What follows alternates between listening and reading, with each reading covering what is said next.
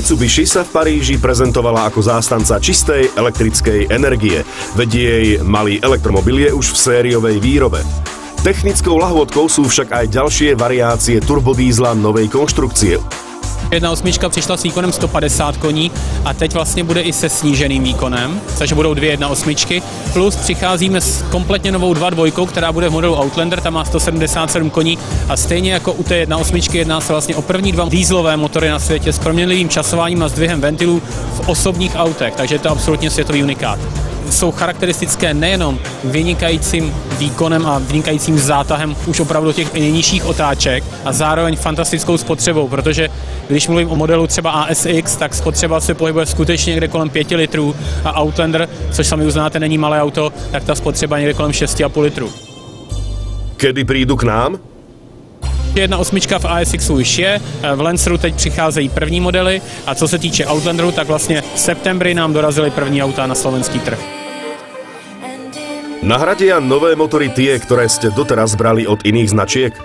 Co se týče modelu Lancer, tak ano, co se týče modelu Outlander, tak tam zůstává ještě 2.2 motor od koncernu PSA, pouze ovšem s automatickou převodovkou. Mitsubishi doteraz používalo osvedčené 2-litrové turbodízle z koncernu Volkswagen.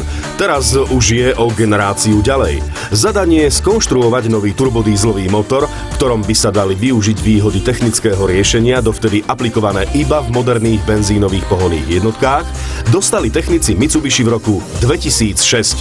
Motorári sa spojili s inžiniermi Mitsubishi Heavy Industries a riešenie hľadali aj za pomoci technológie CFD, doteraz využívanej len v leteckom priemysle. Ide v podstate o technológiu, ktorá umožňuje simulovať a analyzovať rozličné konfigurácie ešte pred samotnou výrobou.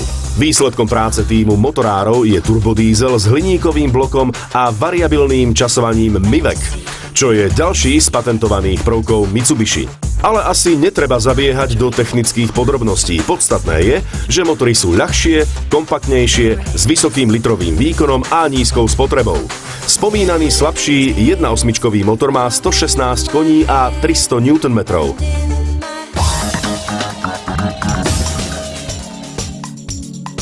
Volkswagen si dal zo